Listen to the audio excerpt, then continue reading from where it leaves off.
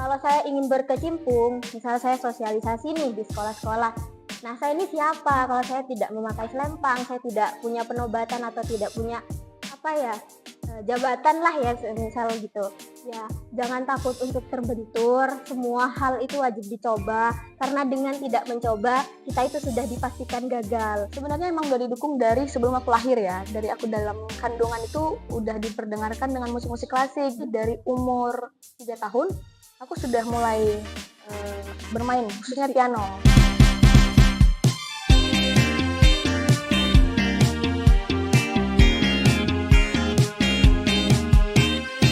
Halo Smart People, kenalin aku Aisika. Di sini aku akan menjadi host di acara Binsai kali ini. Dan aku akan menemani teman-teman dalam beberapa menit ke depan. Nah, tentunya di sini aku gak sendiri. Aku ditemani oleh dua bintang tamu favorit kita yang berasal dari program studi ilmu komunikasi. Nah, untuk bintang tamu pertama yaitu Kak Yesi Maulidia yang berasal dari program studi ilmu komunikasi. Halo Kak Yesi. Hai. Nah, Kak Yesi ini merupakan salah satu runner up di Potra Potre Budaya Madura. Nah, gimana sih Kak perasaannya saat menjadi runner up 1 di Budaya Potra Potre Madura? Ya, tentunya perasaannya senang sekali, tapi juga ada sedihnya gitu loh, Kak. Boleh nggak sih Kak di-spill-kan, apa senang dan apa sedihnya? Ya, jadi senangnya itu karena saya kan itu runner up 1 dan otomatis juara 2. Di mana saya itu nggak punya pemikiran yang awalnya bakal bisa masuk top 3 karena di situ juga ada sistem vote. Sedangkan vote saya itu benar-benar saya kayak kurang excited untuk mengisi vote itu. Dan ternyata mungkin karena usaha saya selama karantina, selama sebelum karantina juga ada pra-karantina di situ juga dinilai dan mungkin karena niat dan tulus saya untuk masuk di PPBBM itu ada niat tulus ya, Kak. Jadi itu senangnya di situ. Dan sedihnya itu karena benar-benar nol supporter. Karena lokasinya juga jauh ya di Sumeneb. Oh, berarti, sayang ya, Kak, ya, kurangnya itu hanya ada di supporternya aja. Iya. Lalu, apa sih motivasi dari Kak Yesi sendiri yang bikin Kak Yesi itu, ingin untuk ikut di pemilihan finalis tersebut? Apa ada dorongan dari kedua orang tua atau dari hati Kak Yesi sendiri? Ya, baik. Kalau dari orang tua itu selalu ngedukung apapun yang saya lakukan asalkan itu positif. Akan tetapi ada niat saya, itu saya ingin sekali berkecimpung di dunia budaya. Selain karena saya dari Fakultas Ilmu Sosial dan Ilmu Budaya, saya juga melihat di Pulau Madura ini kan banyak sekali budaya yang harus dikembangkan dan dilestarikan, juga dijaga. Saya juga tidak mau kalau ada salah satu budaya di Pulau Madura itu yang diklaim oleh daerah atau bahkan negara lain. Nah, di mana kalau saya ingin berkecimpung, misal saya sosialisasi nih di sekolah-sekolah. Nah, saya ini siapa kalau saya tidak memakai selempang, saya tidak punya penobatan atau tidak punya apa ya, jabatan lah ya misal gitu. Jadi dengan cara saya mengikuti ajang ini, saya punya nama, saya punya jabatan, saya bisa mensosialisasikan, saya bisa mengajak teman-teman dan terutama itu juga harus dimulai dari diri sendiri untuk menjaga kebudayaan yang ada di Pulau Madura ini. Berarti banyak ya yang memotivasi Kak Yesi untuk mengikuti ajang pemilihan finalis Putra Putri Budaya Madura ini. Iya. Nah, untuk selanjutnya, kan, kita kuliah ini kan udah sibuk ya, terus dengan mengikuti tersebut setahu saya Kak Yesi juga jadi MC, lalu, menurut tahu aku Kak Yesi itu juga aktif dalam berbagai organisasi. Nah, gimana sih Kak cara, untuk manage waktunya? Ya, baik. Karena saya itu cuma ikut 2 ya, komunitas public speaking sama organisasi daerah Forum Mahasiswa Bakalan. Di mana kedua organisasi ini benar-benar membuat saya itu, mengembangkan diri saya dan juga itu harus ada kemauan. Karena kalau kita mau tapi tidak ada media untuk menampung saya itu nggak bisa. Dan kalau ada media tapi saya tidak berkecimpung di dunia itu juga saya tidak bisa untuk mengembangkan itu. Dan bagaimana sih cara me-manage waktunya? Kan acaranya itu nggak mungkin yang selalu barengan, tetapi juga ada hal yang benar-benar itu bareng. Nah, kita lihat, kita harus benar-benar semuanya diprioritasin, tapi juga dilihat bagaimana skala prioritas tadi. Misal nih, saya sempat benar-benar bentrok, saya upgrading di komunitas public speaking, tetapi saya juga diamanahkan untuk MC di Disnatalis, organisasi daerah Formaba itu. Nah, saya membantu untuk membuatkan teks MC dan minta tolong untuk dicarikan MC yang lain, tetapi saya tetap mengikuti upgrading dari komunitas public speaking gitu. Oh, nah, Setelah melewati semua itu kan pasti, membutuhkan banyak waktu, tenaga, maupun effort dari Kak Yesi sendiri ya. Nah, pesan atau kesan Kak Yesi ini buat teman-teman semua agar bisa ngembangin minat dan bakatnya mereka, apa nih, Kak? Ya, jangan takut untuk terbentur, semua hal itu wajib dicoba, karena dengan tidak mencoba, kita itu sudah dipastikan gagal.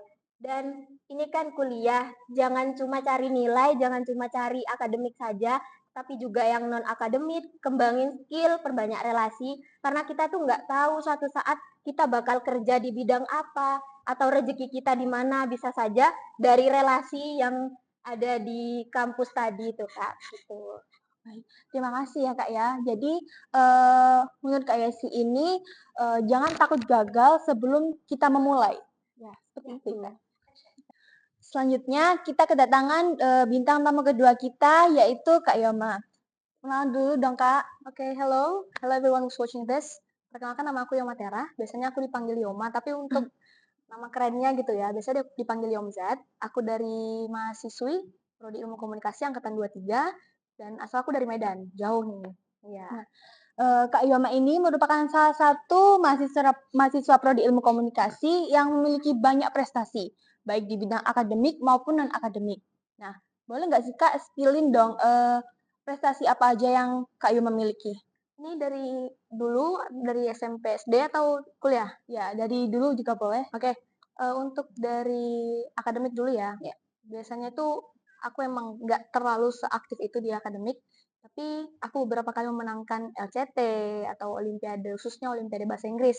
Nah, mayoritas tuh olimpiade bahasa Inggris, tapi untuk yang non akademik, aku anaknya anak seni banget. Aku kebetulan musisi juga, jadi itu aku aktif di bidang bermusik lah, bernyanyi khususnya, dan memainkan beberapa musik instrumen. Jadi dulu aku sering ikut vokal solo atau vokal grup, paduan suara, something like that. Nah, dari pengalaman Kak Yoma tadi kan sering mengikuti, vokal solo, Yes. lalu, mahir di yang berbau dengan musik ya, Kak, ya? Yes, yes. Nah, mulai kapan sih, Kak, ngembanginnya itu? Kan, apa ada dorongan dari orang tua atau emang udah passion dari dulu? Oke, untuk ngembanginnya dan terkait dengan passion dukungan orang tua juga, sebenarnya emang udah didukung dari sebelum aku lahir ya. Dari aku dalam kandungan itu udah diperdengarkan dengan musik-musik klasik gitu. Ini cerita dari orang tua. Jadi begitu lahir sering di-play musik-musik klasik gitu. Jadi dari umur 3 tahun aku sudah mulai bermain khususnya piano. Jadi umur 5 tahun itu aku udah aktif pelayanan di gereja, main keyboard dan penyanyi gitu. Nah, setahu aku Kak Yoma di sini kan juga, kerap dapat job ya, job nyanyi maupun nge-band ya. Nah, Tuhan. itu apa nggak ganggu kuliah ya, Kak? Secara kan, kita tugas tuh juga banyak, terus waktu weekend kita kan juga sering nih ngerjain tugas. Nah, apa itu nggak ganggu kuliahnya? Oke, kalau untuk kuliah mungkin nggak sepadat waktu di Sumatera ya, Iya. karena kebetulan kan aku aktif bermusiknya tuh di Sumatera, ngeband juga. Nah, kalau untuk di sini tuh mungkin lebih ke undangan event-event aja gitu. Jadi nggak terlalu yang menyita waktu. Tapi untuk terkait dengan time manajemennya, aku tuh paling hektik itu di SMA. Jadi di SMA itu bener-bener yang seminggu itu sampai 6 kali job reguler aja, lain lagi kalau misalnya ada yang lain-lain, event-event yang lain. Tapi puji Tuhannya aku bisa membagi waktu walaupun ya sakit-sakit dikit gitu ya. Jadi dari pagi itu sekolah, pulangnya sore, kemudian malamnya ngeband. Biasanya pulang ngeband itu jam 11, jam 12, sempetin nugas. Dan kebetulan dulu sempat bantuin mama kuliah. Mama ambil S1 dan ya masih sempat bantuin mama skripsian kebetulan. Jadi gitu, masih bisa untuk bagi waktu. Berarti, untuk time manajemennya udah bagus ya, Kak? Iya, begitulah. Nah, apa sih kesan-kesan atau pesan motivasi yang ingin Kak Yoma sampaikan kepada teman-teman semua, khususnya, teman-teman mahasiswa agar bisa itu ngembangin bakatnya? Kan, kadang kan ada teman-teman kita ini yang punya bakat, tapi dia tuh malu buat ngembangin. Nah, itu gimana caranya, Kak? Oke, jadi for me bakat itu adalah gift ya dari Yang Maha Kuasa. Jadi nggak ada salahnya ketika kita memanfaatkan gift dari Tuhan itu dengan sangat baik gitu. Kan nggak semua orang terlahir dengan gift yang sama. Jadi kalau misalnya Tuhan sudah kasih, ini jatah buat kamu, ini kemampuan yang aku kasih buat kamu. Nggak ada salahnya kalau kita ngembangin. Ibaratnya gini, kalau kita ngembangin sesuatu, apalagi yang namanya hobi ya, nggak ada kata salah ataupun benar gitu, yang penting explore diri aja. Tapi ini dari personal experience aku ya, kan aku sekarang anak ilmu komunikasi nih, bukan anak musik ya. Jadi mungkin terkadang kita tuh harus explore yang di luar dari zona nyaman kita gitu. Bisa aja semisalnya aku kuliah di musik gitu, mungkin aku akan lebih enjoy, lebih santai karena itu benar-benar passion aku dari kecil banget gitu kan. Tapi nggak ada salahnya ketika kita untuk explore hal yang kadang-kadang di luar dugaan kita gitu. Contohnya seperti aku sendiri yang banting setir ya istilahnya gitu dari anak musik kok jadi anak ilmu komunikasi gitu. Tapi ternyata setelah menjalani kehidupan di ilmu komunikasi, not that bad gitu loh. Justru aku malah lebih dapat banyak ilmu gitu sih. Jadi nggak ada salahnya ketika kita explore lebih tentang hobi kita, tapi kalau bisa kita di beberapa waktu kita harus keluar dari zona nyaman kita seperti itu. Makasih ya Kak atas kisah-kisah kamu tadi. Semoga apa yang Kak Yoma sampaikan tadi bisa dijadikan motivasi buat teman-teman semua. Oke, thank Makasih. you. Oke teman-teman, setelah kita mewawancarai dari 2 bintang tamu kita tadi, banyak sekali hal positif yang dapat kita ambil untuk kita kembangkan dalam kehidupan kita pribadi. Nah, kita juga bisa menjadikan mereka berdua motivasi untuk mengembangkan bakat kita agar bakat kita tersalurkan dan menjadi kebanggaan khususnya buat diri kita sendiri. Oke, Sobat People, cukup sekian di Insight Cinta kali ini. Apabila ada kekeliruan atau kesalahan kata, kami mohon maaf dan sampai jumpa di Insight selanjutnya. Saya Aisyika dan tim yang bertugas mengucapkan terima kasih dan pamit undur diri. Cheers, be fun, be kreatif.